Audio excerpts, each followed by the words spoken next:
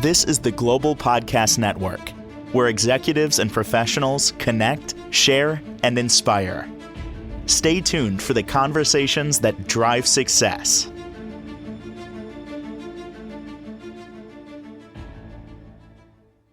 Welcome back, everybody. She is your catalyst to change, to moving your life forward. She has presented so many things when we've gotten together in these podcasts, and just so much insight as a Reiki master, pastoral counselor, intuitive guide. She's an interfaith minister. So much she's got going on, so many modalities, and the mindset to help us realize what's going on with us, why we are having negative thoughts, having negative feelings, and why that's leading to negativity in our lives where it could be very positive, joyful, and productive. Now let's bring her in here and learn more. As we always do, Chris Clearday is back with us with puppy. I'm going to call him a puppy. All dogs in my world are puppies. Kinder is with you. How you doing today? I'm doing great. And Kinder is happy to be here. We just found out that Kinder's probably 18. So we thought he was 16 or 17, but he's getting there and he's beginning to wind down. And so I wanted him to say hello to everybody today because I never know when he'll decide to go. He's my heart and soul. He's adorable. I know. He really is. I mean, I can't pick another word. It's just, you just want to like gobble him up. He's so cute. Yeah. And I've said this before, I'm going to say it again. It's amazing how dogs, when they get older, they don't look older. I don't know how they do it. I don't know if it's like canine Botox or something, but it's hard to tell, their age. Like 18, my gosh, if you said he was 8, I said, oh, well, okay. Yeah. Amazing. Yeah. He's looking good. He just doesn't feel that good. Well, more important. Most importantly, he feels your love. Yes, that is a good point. Ooh, well, today we're going to kind of pick up somewhat from where we left off. And this all goes back to the basic principle of what you think becomes your reality. As they say, energy flows where the attention goes. So we should be thinking positive thoughts. We should be thinking, things that really we want in our lives. Unfortunately, we do have negative thoughts, and nobody's immune to it. We all have it. And with that, those negative thoughts and feelings creates negative behaviors, because it follows, like we're saying. And that kind of dictates our life. But all the stuff that we're talking about here, it all goes back to childhood, the majority of it, right? I'd say all of it. Okay, fair enough.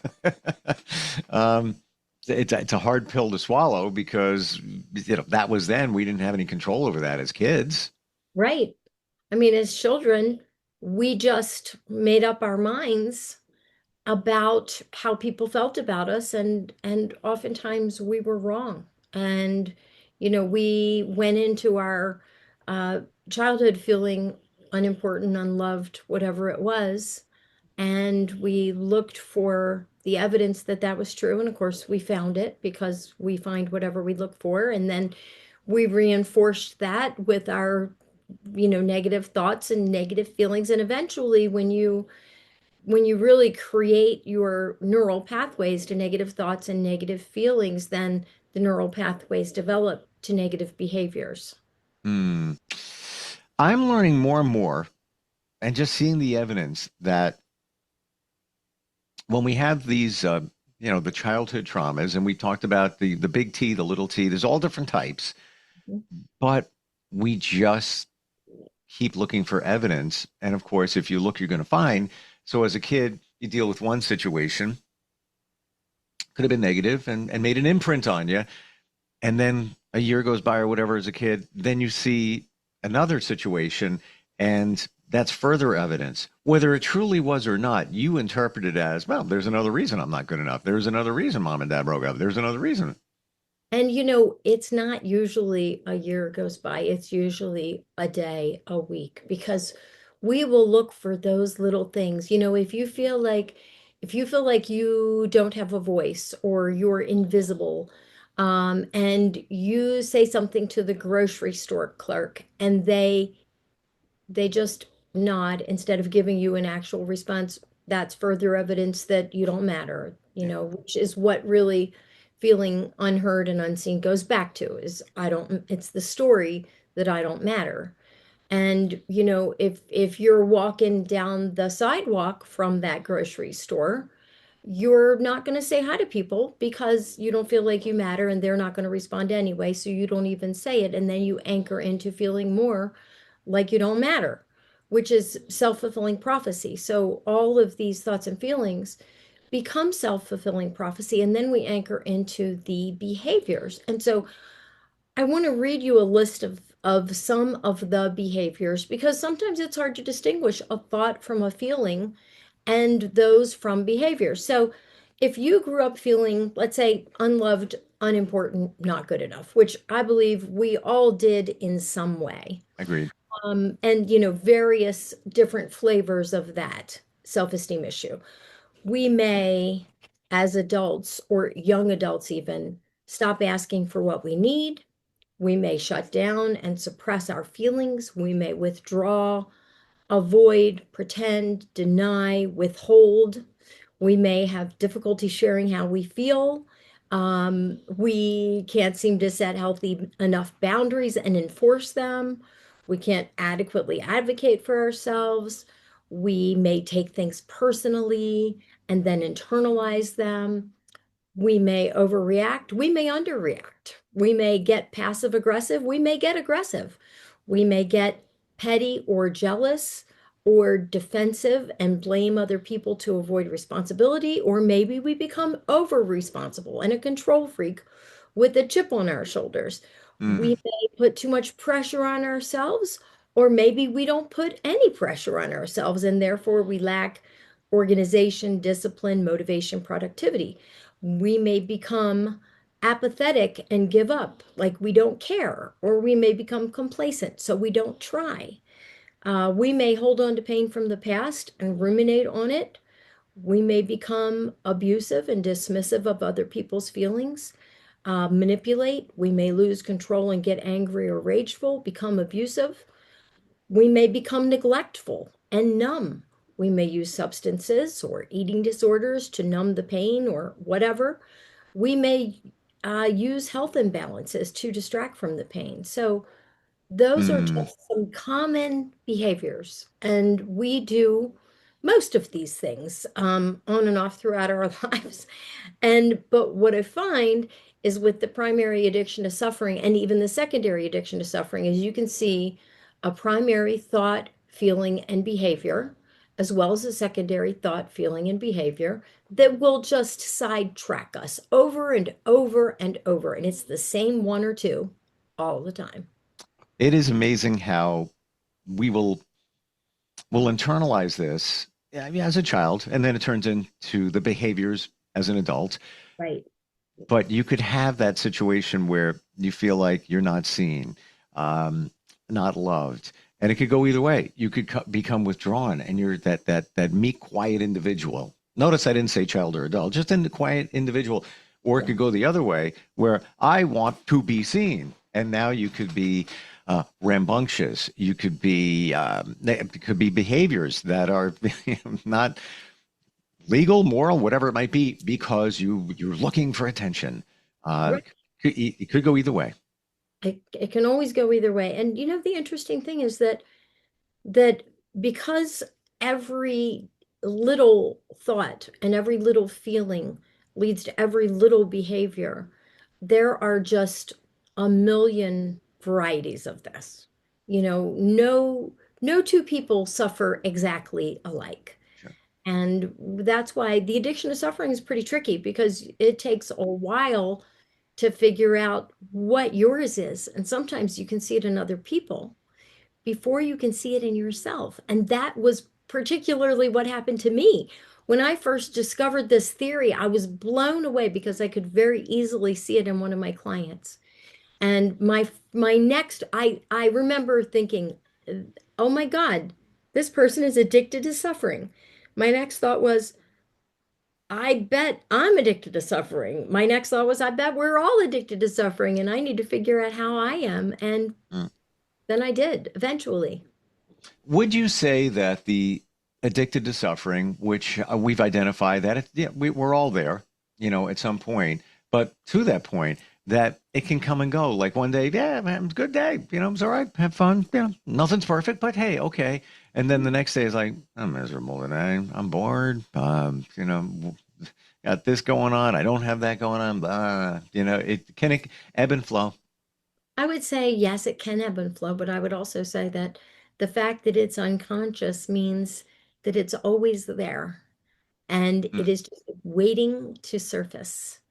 Ooh. It's the lack of consciousness that keeps us from being able to see it. So if Mm. we could all see it, we would stop doing bumper cars with our friends, family, and coworkers and start relating and connecting and lifting one another up. Well, spot on with the seeing in others. Um, yeah, I don't know if I shared with you. I did that exercise with in a men's group. This was like 2 weeks ago, 3 weeks ago, and we just went around the room and we had to say what we positive and negative of every person in the room. About 10 of us. It was uncomfortable for sure, you know, saying things, but then also hearing it from others. Uh-huh. And then at the end, it was revealed, well, those are the things you don't like about yourself. It's like, ooh, wait a minute. What did I just say? Right. 10 times around the room. What did I just say? What did it was a wake up. It was a wake up. Fantastic. Yeah. Mm. So how do we make this change? How do we get out of this mode of being addicted to suffering? Okay, so ultimately, if we really understand that as children, we anchored into a really raw feeling state, not enough, not important, whatever that is. Um, Mm. and then from there, we began thinking those thoughts and feeling the feelings that were associated with that.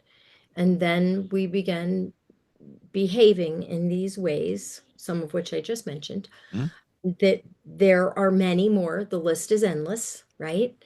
And so we have developed neural pathways to those thoughts, feelings, and behaviors. And neuroscience shows that in order to change a neural pathway, you just repeatedly plug into a healthy, positive, uplifting, higher vibrational thought, feeling, and behavior.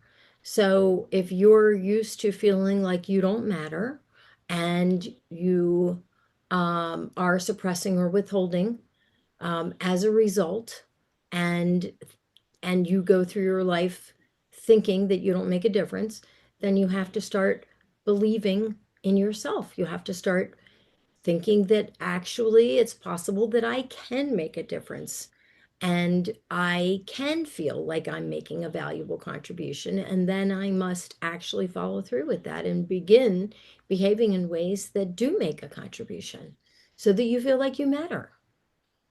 So, So and you have to reinforce it because neural pathways require repetition. So it's over and over and over.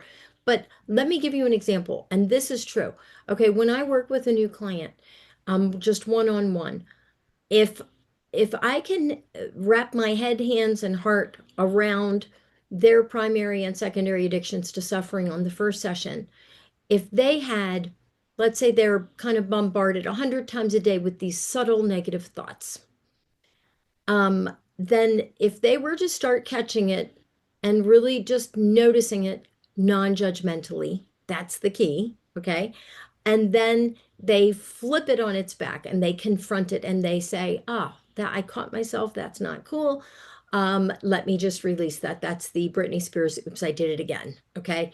And then they say something that counters it, like, I deserve to feel like I make a difference. And you always start with the words I deserve because that gets through. Okay. If you say, I make a difference, it may not get through because it doesn't align with your belief system yet. So you say, I deserve to believe that I make a difference, or I deserve to feel free of all pain, suffering, and negativity, or I deserve to have a life I love, or I deserve to mm, live the life I have. Whatever it is that counters the offending thought, feeling, or behavior, and you affirm that over and over again, if you caught it all 100 times that it happened that day, the next day it would happen half, and the next day half, and the next day half. You could be down to one or none within a week if you really were intentional about it. I love the I deserve statement. And when I think of the things that are on my vision board right over there, Mhm. I don't typically say I need, I want. I say I deserve. And I believe it. I Right. do. No matter Yes. what those things are. I've, at this point, I feel I deserve them. Um, Mhm. what about the statement, is it true? I've often heard that's impactful. Oh, Is, it is because it challenges our false narratives, you know? yeah, If however you grew up feeling, ask yourself, is that true? I mean, I know that a lot of people grew up feeling unimportant, like they didn't matter, like they weren't enough. But was it true? Usually it's not. no, Even when people grow up feeling unloved, usually they are actually loved. They were loved as children.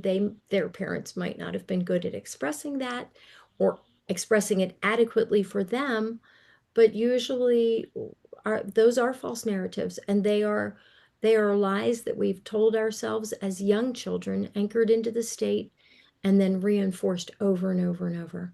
And mm, you know what? That does not mean that we can't quickly write a new narrative. Like, we can do it in a day. Would it help to have an epiphany? Yes, but maybe this could be somebody's epiphany, that your thoughts are the key to changing your feelings, and those are the key to changing your behaviors. And we can all do this, and it's a matter of catching the subtle little lies. It's not the big lies, Steve. It's the little ones that we tell ourselves while we're driving down the road, or after we get off a phone call. These are yeah. the ones that sidetrack our lives, and they come from the micro traumas that we had as children. Once you push forward, example, I have some friends who are real estate agents, and they all say the same thing. I don't want to make phone calls to people. I don't want to like knock on doors on a weekend, but that's how you gain business, especially in this market. Knock Mhm. on 50 doors, you might find somebody who's, yeah, we were thinking about selling our house, and that one knock could be worth thousands of dollars.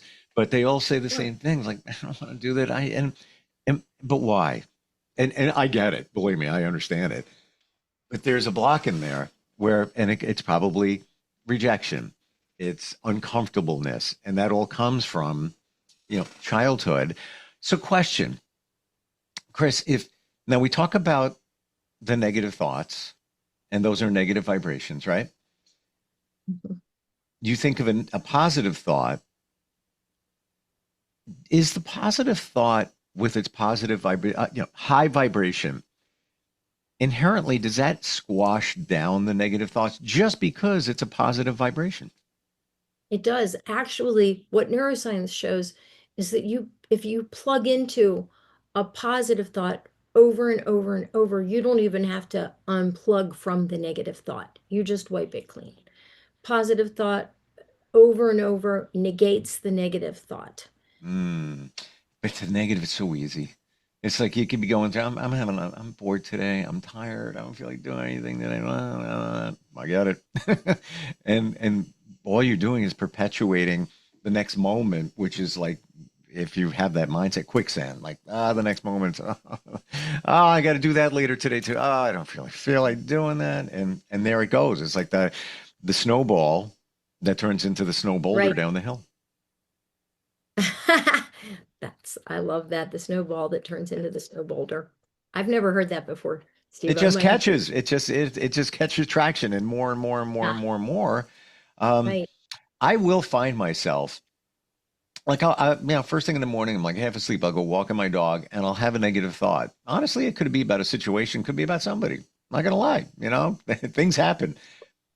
And then I look, whoa, wait a minute, that was negative. Flip that around. I'll say that to myself in my mind. I will like, pause, rewind, play it again.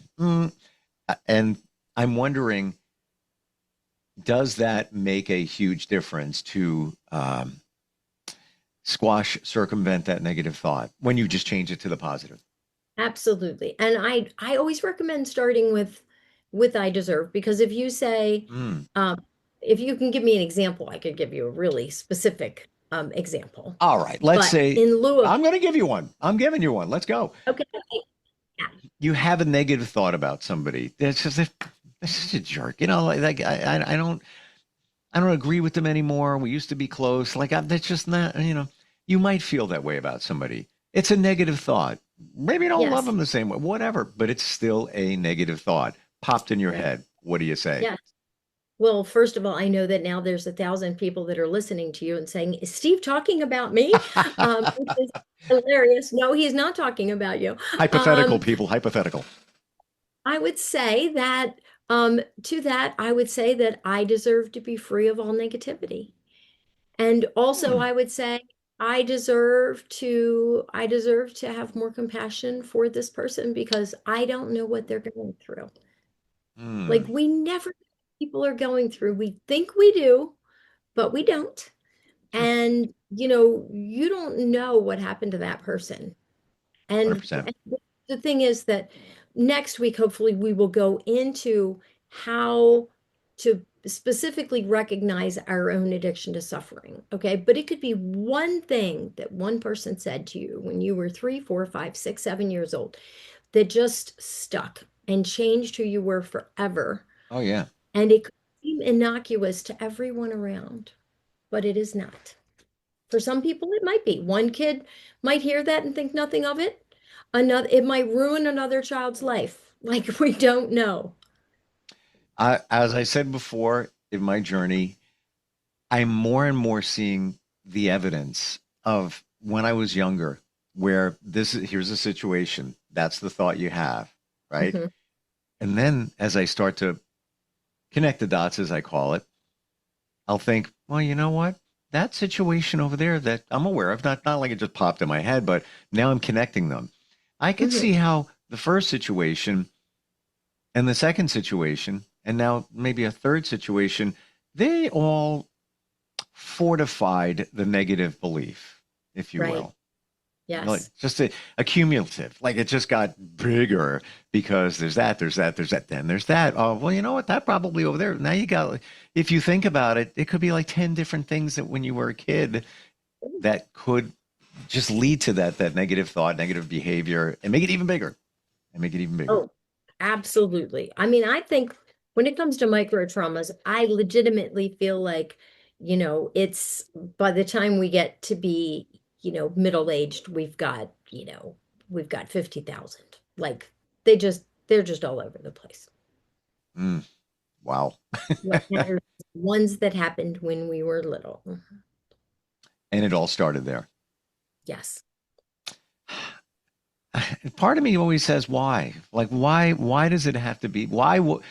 Evolutionary, looking at it through the eyes of evolution, why did it have to be that way? Why, well, I think that it might come down to that hurt people, or maybe it's a matter of lack of information, lack of education, or ignorance. Parents do not mean to wound their children. Most parents do not.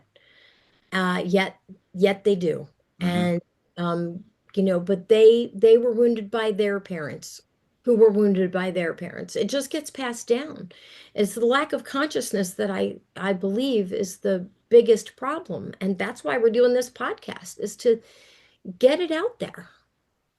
I 100% agree. And Yeah. even we say hurt people, and no truer words, I believe, have ever been spoken. Unfortunately, hurt people most often don't know they're hurting people. even if you even if you show it to them, do you realize you went through that and you're doing this now? Do you see the connection? No, I don't know what you're talking about. I don't know.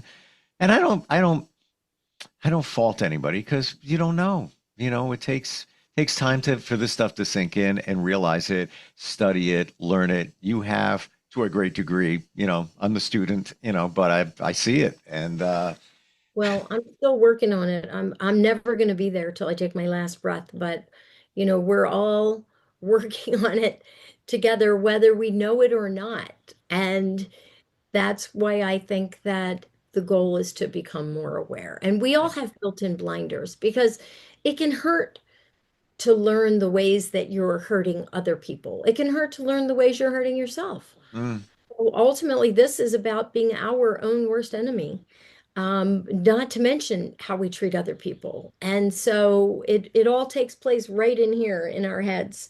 Mm. And we can change it. So last week we had change your story, change your life. And this week I would say the power is in the present moment. Like when you catch yourself having one little tiny negative thought or feeling, or you notice yourself doing something that just doesn't align with what you want in your life, that's when you have the power Yeah. to change it.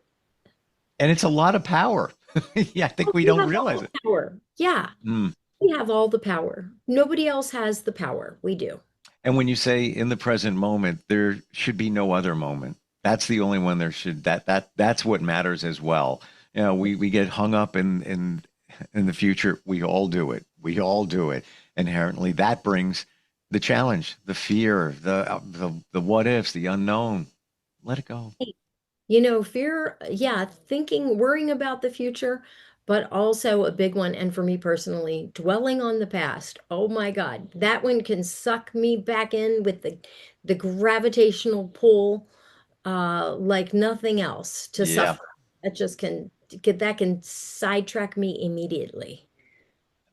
And this comes to mind. I deserve not to suffer. I Yeah, deserve to let that go. yeah, I deserve to be free of all pain, suffering, and negativity is one of my favorites. But I Mm. think peace right now works also. You know, But for a simple default, I deserve peace right now. I the deserve more and more, Chris, the right. more and more I take those two words, I deserve, and connect it to something else, the more and more I see the power in it, in those two words. I mean, it is those are probably two of the most powerful words on the planet because they reprogram you Yes. feel. And this is, remember, it's not about wealth and things, it's about peace and love and feeling Mm. good about yourself and being able to achieve the things that your heart desires. Beautiful. How do we find you? Somebody's trying to, there's a lot here. I get that to process. Somebody wants to connect with you and start healing, even start a conversation. How do we do that? Check out my website. My contact info's there. It's chrisclearday.com. And my phone number and email address are on the website. I welcome phone calls. I like them better than emails. And if I can make a difference for you or your family or your corporation, Mm. give me a holler or send me an email. Also, the podcasts are now the live version, the video and audio are on my website. I believe they're on YouTube also. Yep. And then and I'm going to give a class that starts in about a week and a half. It's a 3 series class called Navigating Your Past, Navigating Your Present, and Navigating Your Future. If anybody wants to sign up for that, there's a link on the website. It's really just great to be in the work. There will be one-to-one coaching in that class. It's limited to 20 people. And I think we'll be able to utilize that time to make a difference. All I'm going to say is in my journey, everything you're saying, if you practice it, it will make a difference. It will. And a big one. And a big Yeah. one. Thank you for today. Your name is Clearday, but that is who you are. You make it clear. You know, I know it's woo-woo, but it's very easy to understand. And I appreciate it. And looking forward next time we get together. Thank you. See you next week. Thank We'll you. be right back. Bye. This is the Global Podcast Network, where executives and This is the Global Podcast Network, where executives and professionals connect, share, and inspire. Stay tuned for the conversations that drive success.